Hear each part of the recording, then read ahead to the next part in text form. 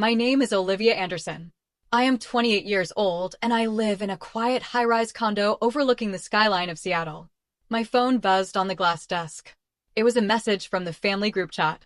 I picked it up expecting a time for dinner or a request to bring soda. Instead, I saw a text from my younger brother, Gage. "Don't come to the barbecue," he wrote. "My wife says you stink up the whole party." I stared at the words.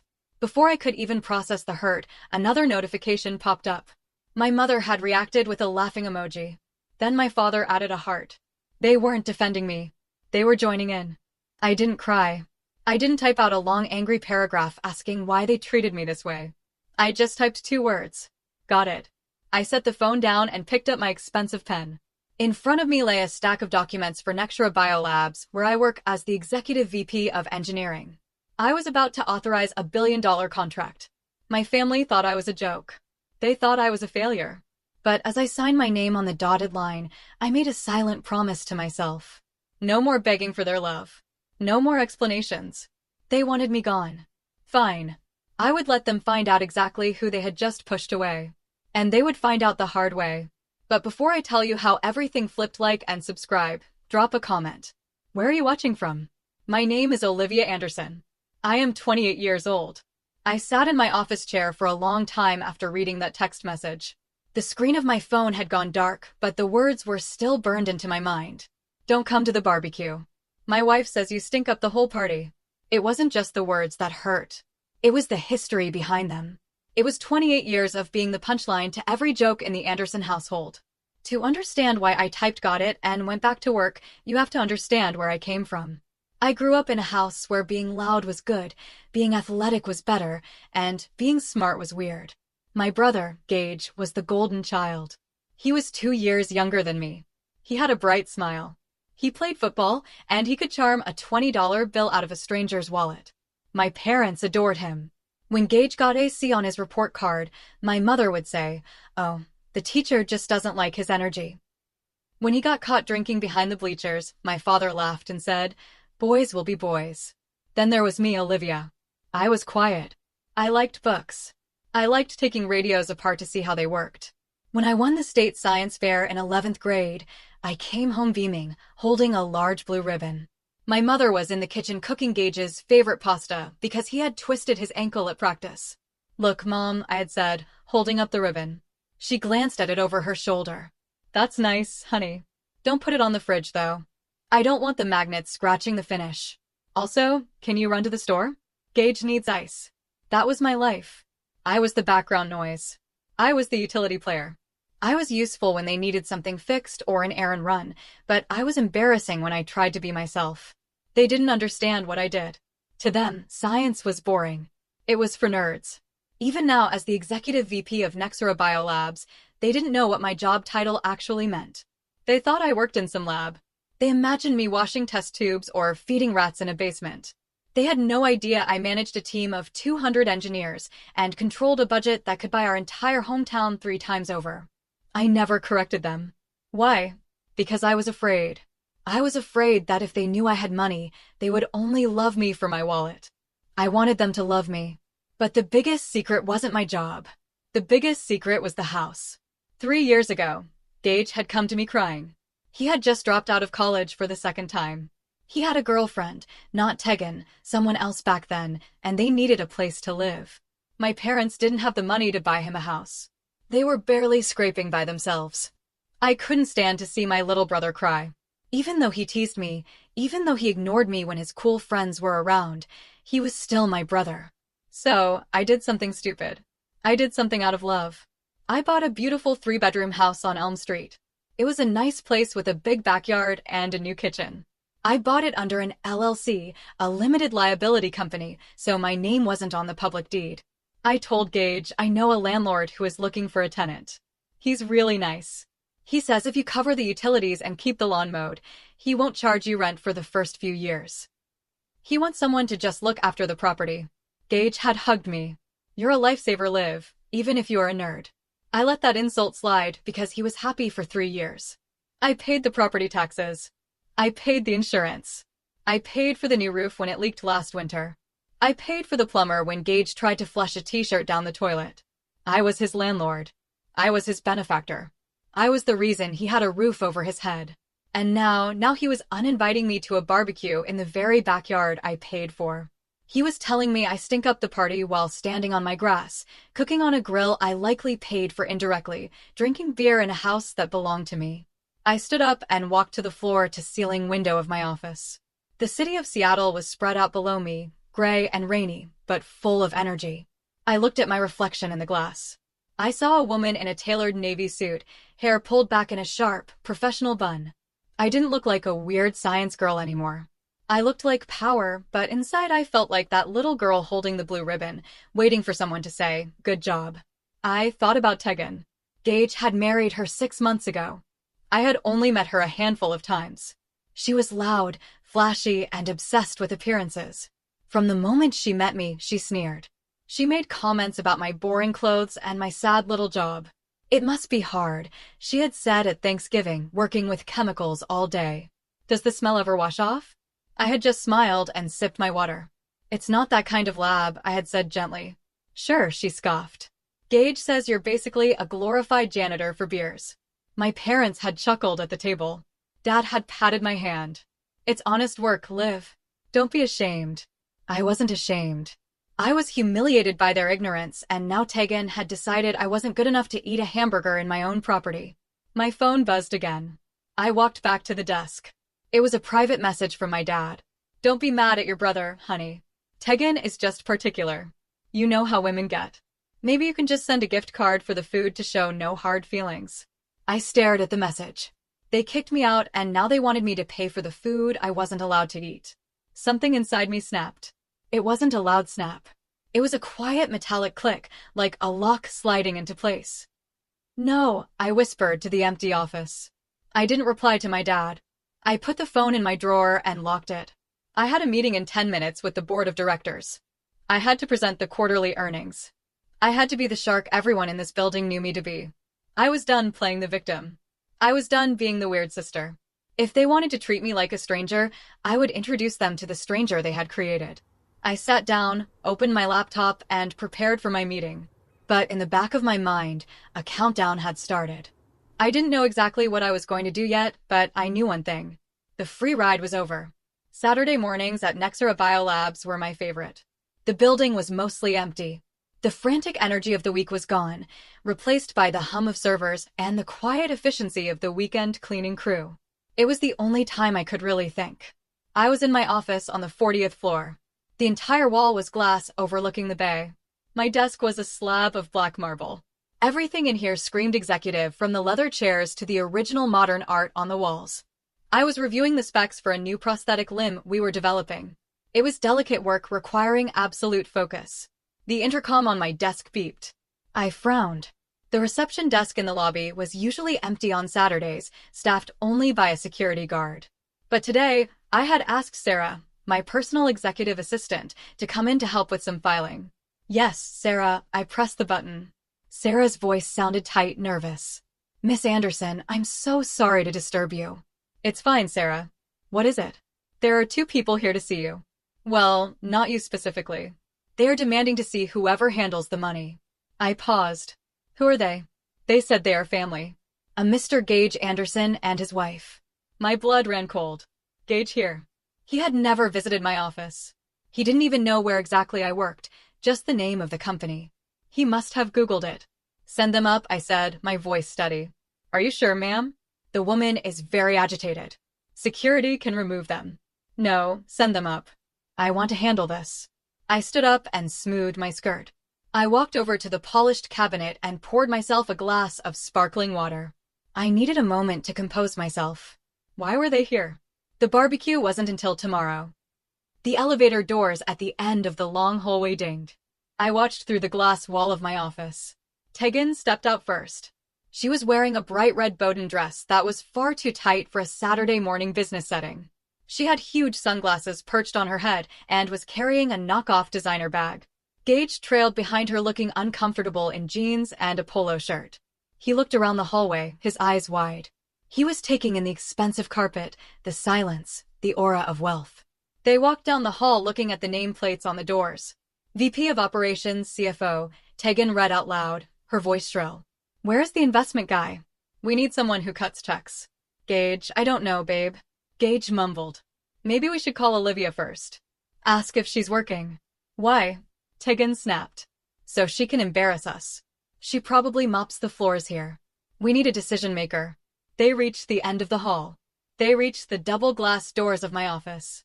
Tegan stopped. She looked at the large silver letters mounted on the wall next to the door. Executive Vice President of Engineering Olivia Anderson. She froze. She read it again. Her mouth opened slightly. Gage bumped into her. What's wrong? Then he saw it too. I pressed the button under my desk that opened the glass doors. They slid open with a soft whoosh. Come in, I said. I didn't stand up. I sat in my high-backed leather chair, my hands folded on the black marble desk. I looked at them the way I looked at underperforming vendors. Tegan walked in slowly, her heels clicking on the floor. She looked around the massive office, the view, the furniture, the awards on the shelf. She looked at me. What? What is this? She asked. Her voice wasn't shrill anymore. It was confusing.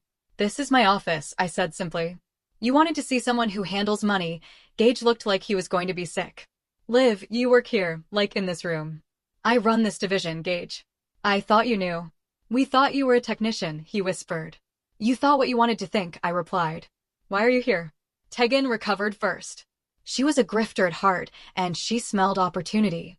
She straightened her posture and put on a fake plastic smile. She walked right up to my desk and dropped a glossy folder onto my paperwork. Well, this is even better, Tegan exclaimed. We don't have to deal with strangers. Family helps family, right? I looked at the folder. The cover said G&T Lifestyle Brand Investment Opportunity. What is this? I asked. It's our future, Tegan said, leaning forward, placing her hands on my desk. I hated that she was touching my things. I'm launching a lifestyle brand, influencer stuff, makeup, clothing, consulting. We need seed money investors. How much? I asked, my voice devoid of emotion. 2 million, Tegan said. She said it like she was asking for $20. To start, we need inventory, a studio marketing, and since you're obviously loaded, she gestured around the room. You can write the check today. We'll cut you in for 5%. I looked at Gage. He was staring at his shoes. He knew this was wrong. He knew they had just told me yesterday that I stank, but he was too weak to stop her. Yesterday, I said softly, you told me not to come to your house because I smell. Tegan waved her hand dismissively. Oh, that was just a joke, Liv. You know how we joke. Don't be so sensitive. We're talking business now. You want $2 million? I repeated. It's an investment. Tegan insisted. You'll make it back in a year. I stood up then. I am tall, and in my heels I towered over Tegan. No, I said. Tegan blinked. What? No, I am not investing. I am not giving you money, and I am not family when it's convenient for your bank account. Tegan's face turned red. The fake smile vanished. You selfish, you sit in this ivory tower with all this money, and you won't help your own brother. He's drowning in debt. We need this. That sounds like a you problem, I said. I pressed the intercom button. Sarah, send security to my office. 2 escorts. You wouldn't dare, Tegan hissed. I just did. Gage. Tegan screamed at my brother. Do something. Tell her. Gage looked at me, his eyes pleading. Liv, please, just listen to the pitch. Tegan worked really hard on it. Did she work as hard on it as she did on the text message insulting me? I asked. Gage flinched. 2 uniformed security guards appeared at the door. They were large men, professional and imposing. Miss Anderson, one of them asked. Please escort these visitors out of the building, I said, sitting back down and picking up my pen. They were just leaving. Let's go, the guard said, stepping toward Tegan. Don't touch me, Tegan shrieked. She grabbed her folder. You're going to regret this, Olivia. You think you're better than us. You're nothing. You're just a lonely, miserable spinster with a checkbook. Goodbye, Tegan. Goodbye, Gage. I didn't look up as they were marched out. I heard Tegan screaming all the way down the hallway. I heard the elevator ding. Then silence returned. My hand was shaking slightly as I held the pen. It wasn't fear. It was adrenaline. It was the realization that the line had been crossed. They didn't see me as a person. They saw me as an ATM that they could insult and withdraw from at the same time. I took a deep breath. I thought it was over. I thought I had made my point. I was wrong. It was just beginning. The silence didn't last long. By the time I got home that evening, my phone was blowing up. Gage had called 6 times.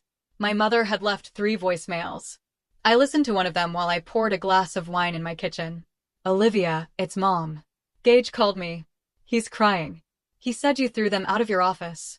He said you humiliated Tegan in front of your employees. How could you? They went to you for help. We raised you to support each other. Call your brother and apologize immediately. Apologize? I laughed. It was a dry, humorless sound. I deleted the voicemail. I sat on my sofa trying to decompress. My house was quiet. It was a modern minimalist condo downtown. It was mine. I paid for it. I didn't owe anyone anything. Then my phone pinged with a different kind of alert. It wasn't a text. It was an email notification from my bank, Wells Fargo. Alert. New credit inquiry. I frowned. I wasn't applying for credit. I opened the app. Alert. A loan application for $480,000 has been submitted in your name. My heart stopped. I clicked for details. It was a small business loan application. The cosigner listed was Gage Anderson. The primary applicant was Olivia Anderson. They hadn't just asked for money. They were trying to take it. I scrolled through the details. The application had been submitted online an hour ago.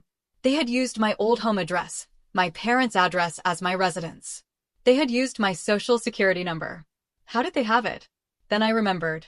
A few years ago, when I was helping my parents refinance their mortgage, I had left some tax documents at their house in a file cabinet. Gage must have gone to Mom and Dad's house, raided the file cabinet, and stolen my identity. I felt a wave of nausea. This wasn't just family drama anymore. This was a felony. I dialed the number for my private banker, Mark. It was Saturday night, but Mark handled high net worth clients. He picked up on the second ring. Olivia, everything okay? Mark, listen to me carefully. I just got a fraud alert. Someone is applying for a loan in my name. I see it, Mark said, his voice switching to professional mode instantly. I was actually just looking at it. It got flagged because the IP address is residential and doesn't match your usual activity. Did you authorize a loan for G&T Global? No, I said firmly. Absolutely not. It's a fraudulent application. Okay, I'm rejecting it right now. Olivia, the cosigner, is a Gage Anderson. Is that a relative? I closed my eyes. Yes, my brother. There was a pause on the line. Olivia, this is serious. This is identity theft. Do you want to file a police report? If we flag this as criminal fraud, the bank is obligated to notify the authorities. I hesitated. This was my little brother. The boy I taught to ride a bike. The boy I bought a house for. If I filed a report, he could go to jail. But then I remembered Tegan's face in my office. You're just a lonely, miserable spinster with a checkbook. I remembered the text. Don't come to the barbecue. They were trying to ruin my credit. They were trying to steal $500,000 from me because I said no. Do it. I said flag it. Freeze everything. Put a lock on my credit reports. And Mark, yes. If they try again, I want to know immediately. Understood. I'm sorry you're going through this, Olivia. I hung up. I felt cold. The attacks didn't stop there. 10 minutes later, my phone started vibrating with message after message. It was the family group chat. Gage, you blocked the loan. Are you insane? We were approved. You ruined it. Tegan, you are a jealous, bitter woman. You don't want us to succeed. You want us to be poor like you used to be. Mom, Olivia, please just sign the paper. Gage says it's just a formality. He promises to pay it back. Don't be difficult. Dad, family helps family. Olivia, this is going too far. They were gaslighting me. They were rewriting reality in real time. They were framing me as the villain for preventing them from robbing me. I didn't reply. I took screenshots of everything. The loan alert, the texts, the timestamps. I created a folder on my computer named Evidence. I was shaking, but I wasn't crying. The sadness was gone. It had been replaced by a cold, hard resolve. I was an engineer. I solved problems. And my family had just become a problem that needed to be solved. I went to the kitchen and made myself a sandwich. I ate it standing over the sink, staring into the darkness of my living room. I felt entirely alone in the world. But I wasn't entirely alone because just as I finished eating, the doorbell rang. I checked the security camera on my phone. There was no one at the door, just a small package sitting on the welcome mat. I walked to the door, unlocked it, and looked out. The hallway was empty. I looked down. It was a brown manila envelope. There was no postage on it. It had been hand-delivered. I picked it up. It was thick and heavy. I brought it inside and sat at the dining table. I turned it over. Written on the front in shaky, familiar handwriting was one word. Olivia. I recognized the handwriting. It was my father's. My hands trembled as I held the envelope. My father, he had been texting me just minutes ago, telling me to help Gage. He had been part of the laughing emojis in the group chat. Why would he send me a secret package? I tore open the seal. Inside was a thick stack of papers clipped together. On top was a handwritten note on a piece of yellow legal pad paper. Livy, I know you think I'm blind. I know you think I always take his side. Maybe I do. Your mother loves him so much, and I can't fight her on it. I'm a coward. I know that, but I'm not stupid. When Gage married Tegan, something didn't sit right with me. She knew too much about money, but she never seemed to have any. She talked about assets and leverage, but she drove a car that was 3 payments behind. 6 months ago, I took some money from my retirement account. Don't tell your mother. And I hired a private investigator, a guy named Miller. I told him to look into Tegan. I got this report yesterday. I was going to show Gage, but he won't listen to me. He's under her spell. And your mother, she would just say it's fake. But you're smart. You're the smart one. You always were. They're going to destroy each other, Libby. But don't let them destroy you. Please handle this. I can't. Love, Dad. I stared at the note. Tears pricked my eyes. You're the smart one. It was the first compliment he had given me in years, and it was hidden in a secret note while he publicly sided against me. He was a coward, just like he said. He was throwing the grenade to me so he didn't have to pull the pin, but he had given me ammunition. I set the note aside and picked up the report. It was 42 pages long. Subject, TGMA.RA Miller N.ROKS. I started reading. The first few pages were standard background checks. Addresses in Atlanta, Miami, Dallas. She moved around a lot. Then came the financial history. It was a bloodbath. 3 bankruptcies in 10 years. 6 civil judgments for unpaid debts. But the real horror story was on page 12. Former spouse Maverick Jones. Tegan had been married before 5 years ago to a man named Maverick Jones in Atlanta. The report detailed the divorce proceedings. It was a nightmare. Tegan had taken out 7 credit cards in Maverick's name without his knowledge. She had maxed them out. Over $80,000 in luxury goods, vacations, and clothes. She had forged his signature on a car loan. When the debt collectors came calling, Maverick lost everything. He lost his house. He lost his business. He ended up living in his truck for 6 months. Tegan had claimed emotional abuse and left him with the debt, moving to a new state to find a new victim. And now she was doing the exact same thing to Gage. I flipped to the section on Gage. The pie had dug deep. Current liabilities. Gage Anderson credit cards $45,000, maxed out personal loans $30,000, high-interest auto loan $60,000 for a Range Rover registered to Tegan, but the loan is in Gage's name. Total debt over $180,000. And that wasn't all. The report showed that Tegan had recently inquired about life insurance policies for Gage. My stomach turned. She was bleeding him dry. She was a parasite. Gage was an idiot, and he was cruel to me, but he was being dismantled piece by a professional con artist. And now they were targeting me. The $480,000 loan application made perfect sense now. Tegan had run out of credit with Gage. She had tapped him out. She needed a fresh host. I was the fresh host. I sat back in my chair. The room felt very still. My father wanted me to handle it. He wanted me to save the family because he was too weak to do it himself. I looked at the date on the report. It was current. I looked at the name of the ex-husband, Maverick Jones. The report had his current contact info. He was working as a mechanic in Atlanta. I picked up my phone. It was late, but I didn't care. I dialed the number for Maverick Jones. It rang 4 times. Yeah, a rough, tired voice answered. Is this Maverick Jones? I asked. Who's asking? My name is Olivia Anderson. My brother is married to Tegan Brooks. There was a long silence on the other end. A silence heavy with pain and anger. I'm sorry to hear that, Maverick said finally. Hang up and run, lady. That's my advice. I'm not going to run, I said. I'm going to stop her. But I need your help. Why would I help you? Because she stole your life, I said. And I can help you get a piece of your dignity back. I want to fly you to Seattle tomorrow morning. First class. What for? A family reunion? I said coldly. We have a barbecue to attend. There was a pause, then a low chuckle. What time is the flight? Maverick asked. I smiled. It wasn't a nice smile. I'll text you the details. Pack a bag, Maverick. We're going to war. I hung up the phone. I looked at the file one last time. Then I looked at the invite text Gage had sent me. Don't come to the barbecue.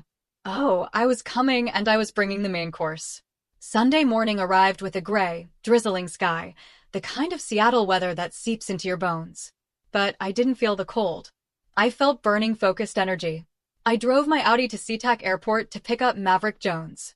I had never seen him before, not even a photo, but I knew him the moment he walked out of the arrival gate. He looked like a man who had been chewed up by life and spit out. He was tall, wearing a faded denim jacket and work boots, carrying a small duffel bag.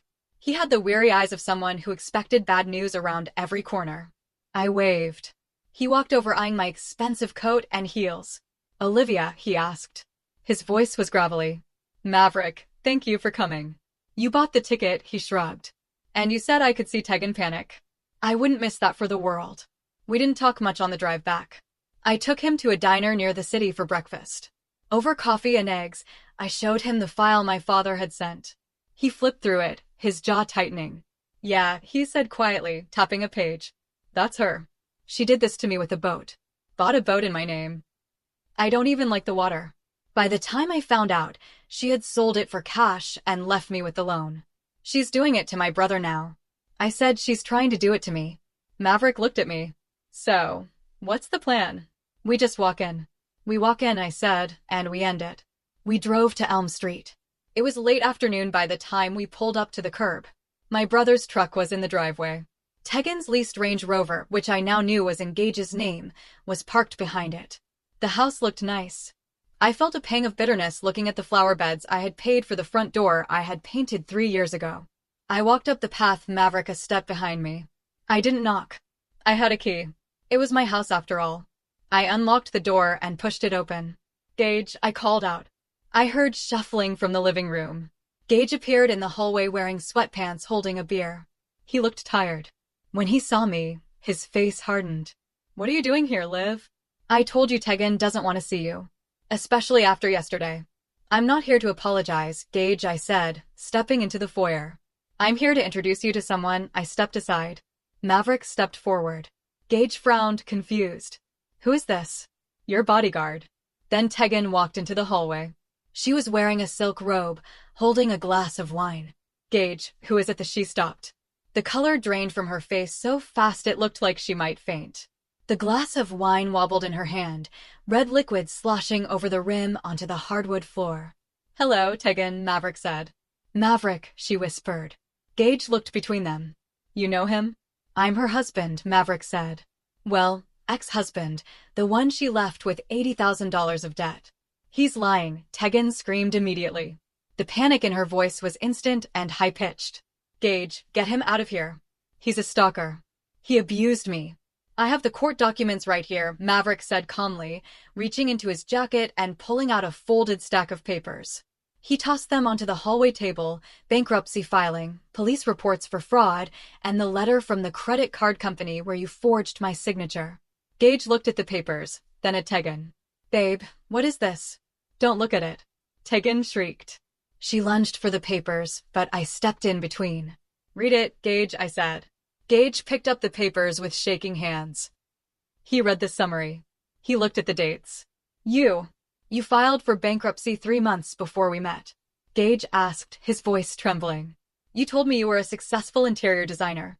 I was, Tegan cried. I had bad luck. He ruined me. She maxed out your cards yet, kid? Maverick asked. Gage started talking about life insurance. Gage went pale. He looked at me. Live, she asked about a policy last week. The silence that followed was heavy. Tegan looked cornered. Her eyes darted around the room, looking for an escape, looking for a lie that would stick. This is a setup, she yelled, pointing at me. You're jealous. You brought him here to ruin my marriage because you're a lonely, bitter spinster. I'm not here to ruin your marriage, I said calmly. I'm here to evict you. I reached into my purse and pulled out a single document. It was a blue folder. I slapped it down on the table next to Maverick's papers. "What is that?" Gage whispered. "The deed to this house," I said. Tegan froze. "What?" "No. Gage rents this from a landlord." "I am the landlord," I said. "I bought this house 3 years ago under an LLC. I paid for the roof. I paid for the taxes. I let you live here for free because I loved my brother." I looked at Gage. He was staring at me with his mouth open. "You own the house?" He stammered. "I do. And since you've decided that I stink up the party, and since your wife is trying to steal $500,000 from me," I pointed to the door. "You have 30 days to vacate. Consider this your official notice." Tegan's face twisted into ugly rage. "You can't do that. We have rights. Squatters' rights. You have a lease agreement." I corrected her. "I signed it as the LLC manager. It has a termination clause for criminal activity, and identity theft is criminal activity." Gage collapsed. He literally slid down the wall and sat on the floor, putting his head in his hands. He started to sob. It wasn't a quiet cry. It was the sound of a man whose entire world had just shattered. Tegan stood over him, screaming that I was a witch, a liar, a thief. "Come on, Maverick," I said. "We're done here." We walked out. As I closed the front door, I could still hear Tegan screaming at Gage to man up and do something. I got in the car. My hands were steady. "You okay?" Maverick asked. "I will be," I said. "Let's get you to your hotel." If I thought the confrontation on Sunday was the end, I was naive. It was just the declaration of war. The next morning, Monday, I went to work as usual. I needed the routine. But my phone became a war zone. By 9 a.m., Gage had sent me 40 texts. "Liv, please don't do this. Tegan is just stressed. She didn't mean the identity theft. She was just trying to surprise me with the business. We have nowhere to go. Mom and Dad are going to kill you." Then came the text from my parents. "Mom, Olivia Marie Anderson, call me right now. Tegan says you brought a strange man to their house and threatened them, and you own the house. How could you lie to us for 3 years? You're tearing this family apart. Dad, this is cruel, Olivia, even for you. Tegan is fragile. You need to apologize and fix this loan situation. They need money, not eviction notices." I read the messages during my coffee break. They didn't ask if Tegan was a criminal. They didn't ask if I was okay after having my identity stolen. They only cared that the boat was rocking. I didn't reply to any of them. Instead, I called my lawyer. "Proceed with everything," I told him. "Full eviction, and I want to file a formal police report regarding the fraudulent loan application. I want it on record." "Are you sure?" my lawyer asked. "Once we file the report, the district attorney might pick it up. Your sister-in-law could face jail time." "I'm sure," I said. "She didn't care if I lost my credit. I don't care if she loses her freedom." By Tuesday, Tegan had changed tactics. I received an alert from my credit monitoring service. Another inquiry, this time for a luxury car lease. She was desperate. She was trying to grab as much cash or assets as possible before the ship sank. Because I had frozen my credit, the application was instantly denied. Tegan must have realized the walls were closing in. She started posting on Facebook. She wrote long, rambling posts about toxic in-laws and rich people who think they can control you. She tagged me. She tagged my company. It's so sad when family chooses money over love. My sister-in-law, Olivia Anderson, VP at Nexera, is kicking us out on the street because she's jealous of our happiness. Please pray for us. I watched the likes roll in. My cousins liked it. My aunts liked it. It hurt. I won't lie. It felt like the whole world was believing a lie. I wanted to comment. I wanted to post the bankruptcy records, but I stopped myself. No explanations. I had promised. I let her dig her hole. On Wednesday, my mother showed up at my office building. Security called me. "Miss Anderson, your mother is here." "Tell her I'm in a meeting," I said. "She says she won't leave until she sees you." "She's crying, ma'am." I sighed. I went down to the lobby. Mom was sitting on a bench near the fountains, clutching her purse. She looked older than I remembered. When she saw me, she stood up, her face wet with tears. "How could you?" She sobbed loud enough for the receptionist to hear. "Gage is your brother. You're making him homeless." "He's not homeless, Mom," I said quietly, keeping my distance. "He has 30 days, and he has a job. He can rent an apartment like an adult." "He can't," she cried. "His credit is ruined," Tegan said. Tegan ruined his credit. I interrupted. Not me. Tegan stole his money. Tegan stole my identity. Mom, she tried to steal $500,000 from me. Did you ask her about that? Mom waved her hand dismissively. Oh, that was just a misunderstanding. She explained it to us. She mixed up the paperwork. She thought you would want to be a partner. I stared at her. The delusion ran so deep it was terrifying. She used my social security number without asking, I said. That's a felony, Mom. It's not a mix-up. You're so cold, Mom whispered, shaking her head. You've always been cold. You care more about your rules and your money than people. If you go through with this eviction, don't bother coming to Christmas. Don't bother coming to anything. I felt a crack in my heart, but I also felt a weight lift. Okay, I said. Mom blinked. What? Okay, I repeated. If that's the choice, let Tegan rob me or lose my family. Then I choose to lose the family. Mom stared at me, shocked that her ultimatum hadn't worked. I turned and walked back to the elevators. I didn't look back. Memorial Day arrived the following Monday. The family barbecue was an institution. Every year, aunts, uncles, cousins, and neighbors gathered. Usually, it was at my parents' house, but this year, it was scheduled for Gage's house. My house. I hadn't been uninvited formally other than that first text. And since I was the owner of the property, I had every legal right to be there. I dressed carefully. I wore a sharp white blazer and dark jeans. I looked professional, calm, and rich. I drove to Elm Street around 2:00 p.m. The street was lined with cars. I could smell the charcoal smoke. I could hear music. I grabbed the thick manila folder from my passenger seat. This was the folder containing everything. The deed, the eviction notice, the police report number for the identity theft, the PI report on Tegan's past. I walked into the backyard. There were about 30 people there. My dad was at the grill. Mom was handing out potato salad. Gage was sitting at a picnic table, looking pale and thin, drinking a beer. Tegan was holding court near the cooler, laughing loudly, wearing a sundress. The conversation died as I walked onto the grass. Tegan saw me first. Her smile dropped. What are you doing here? She shouted. Gage told you not to come. My dad looked up from the grill. He looked terrified. He knew what I knew. I'm here to check on my property, I said, my voice carrying clearly across the yard. Get out, Tegan screamed. She marched toward me. This is our house. You are trespassing. Actually, I said, walking past her to the main picnic table. I'm not. I dropped the heavy folder onto the table right between the bowl of baked beans and the platter of corn. It made a loud thud. What's this? My Uncle Steve asked, holding a hot dog. Public records, I said. I opened the folder. I spread the papers out. This, I pointed to the first document. Is the deed to this house? It belongs to Olivia Anderson Holdings, LLC. I bought it 3 years ago so Gage wouldn't be homeless. A gasp went through the crowd. My cousins whispered.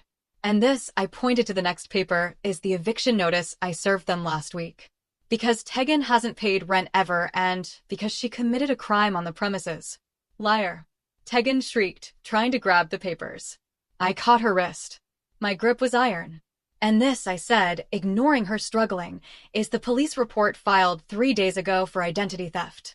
Tegan tried to take out a $480,000 loan in my name using stolen documents. I looked at my family.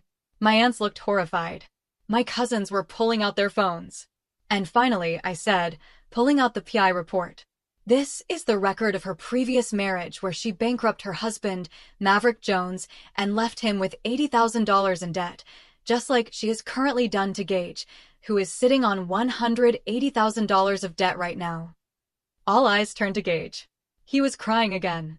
He looked small, broken. Gage, my mom whispered. Is this true? Gage nodded slowly. She spent it all, Mom. I have nothing. The truck is gone. The accounts are empty. Tegan looked around.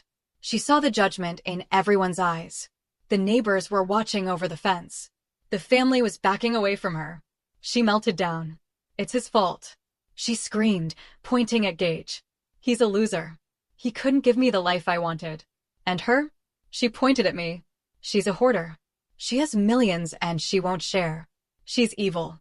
I'm not evil, Tegan, I said softly. I'm just done. I looked at my parents. They stood frozen by the grill. They had enabled this. They had watched me be treated like dirt for years. And even when they knew Tegan was a fraud, they asked me to pay her off to keep the peace. You all have a nice afternoon, I said. I turned to leave. Olivia, wait. Gage called out. He felt his knees in the grass. It was pathetic. Please don't kick us out. I'll divorce her. I promise. Just help me one more time. Please. I stopped. I looked at my brother on his knees. I remembered buying him ice cream when he was 5. I remembered helping him with his homework. But I also remembered the text. Don't come to the barbecue. You had 30 days, Gage. I said, you used them to lie to me and try to steal from me. You're a grown man. Figure it out. I walked out of the gate. I got into my car. I didn't cry. I turned on the radio, found a classic rock station, and drove away. The fallout was fast and brutal. The eviction proceeded without delay. Tegan tried to fight it in court, but she didn't have a lawyer, and my documentation was perfect. The sheriff arrived exactly 30 days later to escort them out. I heard from a neighbor that Tegan screamed the entire time, throwing clothes onto the lawn. Gage just sat on the curb, his head in his hands. The police investigation regarding the loan fraud moved forward. Because I refused to drop the charges, the district attorney picked up the case. It turned out Tegan had done this before in other states, but the victims had been too embarrassed to press charges. I wasn't embarrassed. She was arrested 2 weeks after the barbecue. She was charged with wire fraud and identity theft. She is currently awaiting trial, and since she has prior civil judgments for similar behavior, her lawyer is trying to cut a plea deal for minimal jail time. Maverick, her ex-husband, actually flew back up to Seattle to testify at her bail hearing. He told me it was the best vacation he'd ever taken. As for Gage, his life collapsed. The background check for his job flagged his massive debt and the pending civil lawsuits from creditors. He worked in sales, and he was considered a liability. He was fired without an income, and with his credit score in the low 400s, he couldn't rent an apartment. This is where the family values of my parents finally cost them. They couldn't let their golden child be homeless. So, they did exactly what I knew they would do. They sold their house, the house I grew up in, to pay off Gage's most urgent debts so he wouldn't go to jail for bad checks. They downsized to a 2-bedroom rental apartment. Gage lives in the 2nd bedroom. I hear through the grapevine that it's a miserable existence. Tegan is gone. She fled back to the East Coast the moment bail was posted, leaving Gage with all the debt she accrued in his name. My parents spend their days arguing about money and blaming the unfair system. Occasionally, they tried to blame me. My mother sent me a letter last Christmas. I hope you're happy in your big glass tower while your family suffers. You could have fixed all of this with one check. I burned the letter in my sink. I didn't fix it because I didn't break it. They broke it. I just refused to pay for the repairs. As for the house on Elm Street, I sold it. I sold it for a profit. I took that money and started a scholarship fund for girls in STEM, science, technology, engineering, and math. Girls like me who were told they were weird for liking smart things. Every year I pay for 2 girls to go to college. That is a better legacy than enabling a brother who hates me. It has been 6 months since the barbecue. My life is quiet now, but it is a peaceful quiet. It's not the lonely silence I used to fear. It's the silence of safety. I changed my phone number. I blocked every email address associated with my family. I even changed gyms just in case. Sometimes late at night, I wonder if I was too harsh. I wonder if I should have given Gage one more chance. He is my blood after all. But then I remember the feeling of that text message. You stink up the whole party. And I remember the feeling of Tegan standing in my office demanding my money. I realized that family isn't about whose DNA you share. It's about who respects you. It's about who stands by you when you're holding the blue ribbon, not just when you're holding the checkbook. I am still the executive VP at Nexera. I am still single, though I've started dating a nice architect named David. He thinks my job is fascinating. He listens to me. I am sitting on my balcony right now looking at the Seattle skyline. I have a glass of wine in my hand. My phone is on the table and it is silent. No drama, no demands, no insults. Protecting yourself sometimes means cutting out the poison, even if the poison is your own flesh and blood. It hurts to cut, but it heals. I picked up the pieces of my dignity and built a fortress. And inside this fortress, the air is clean. If you are reading this and you are the weird one or the bank for your family or the joke, listen to me. Stop begging. Stop explaining. Stop paying. Let them fall. Let them see what life looks like without you holding them up. Because one day they will realize exactly who they underestimated. And by then, you'll be too far away to hear their apology. And trust me, it's a beautiful sound.